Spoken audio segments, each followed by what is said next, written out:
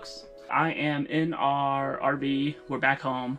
I wanted to come in here and talk a little bit about just some of the changes that we made to the RV since the last time. The first thing is, I think I mentioned in a past video that we were getting a new mattress.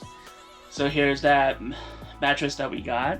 Michelle was not a fan of the original mattress that came with the RV. Before we left on our trip to Taylor's Falls, we removed both mattresses and they're stored in our basement right now.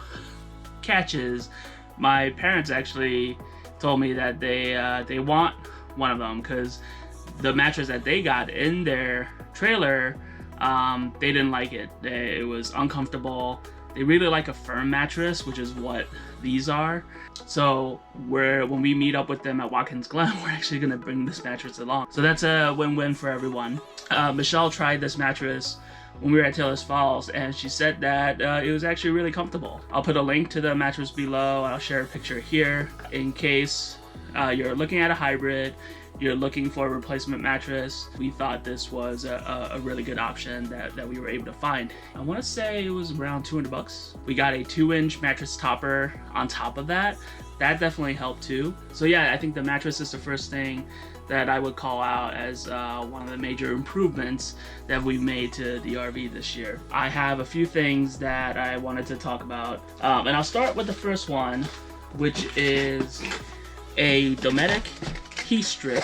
This guy right here is an add-on to our AC up top. What we experienced in the RV on our trip to Taylor's Falls was that at night when the temperature got low, we had Jaxon's crib up against the back wall there. You guys can't see it, but that's one of the furnace outlets. And we didn't really want to use the furnace for fear that it might, I don't know, burn the crib, which will be bad for everyone. We had a space heater that we were running.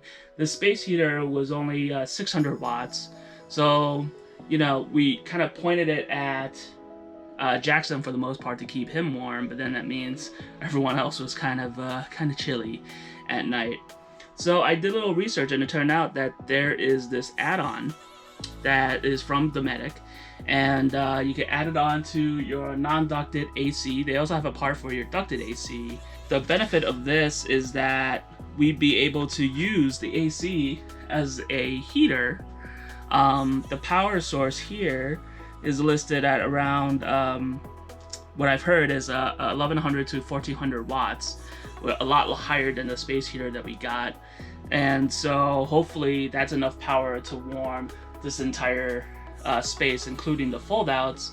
Therefore, we wouldn't have to put Jaxon's crib onto the floor here, and he could stay in that tent. The air from the heat will be able to reach him, and everyone's a happy camper. I'm gonna install this in the next couple of weeks, probably before our next trip. When I do that, I'll make sure to have a video to share with everybody. Next thing, Michelle has been complaining about the fact that there's not a lot of outlets in here, and I might agree with her. So I got this little charging hub and surge protector. So you see what I've done is I have these two outlets here, and there are only 2 outlets, so Michelle, you know, it's really not much. I have these 2, I've got 2 here, and then I think 2 by the back, and then 2 more by the front here, but that's about it. So this effectively helps us expand the number of outlets that we have, and the USB charging ports is gonna be pretty handy as well. So I might just leave that here.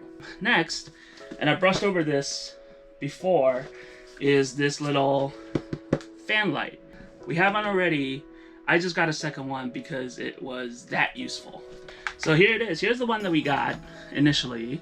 This attaches to this guy right here, and with it there are 2 functions. So it has these hooks, and it's designed to connect to the shepherd pole that expands the fold-out tents. And so you connect it here, and then there's switches here for light and for fan.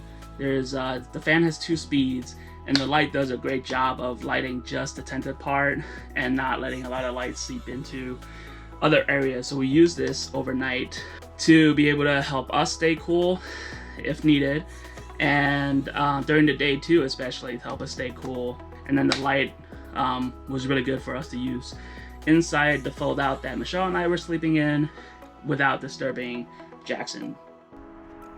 All right, the final thing that we got is this Coleman 4-in-1 portable cooking system.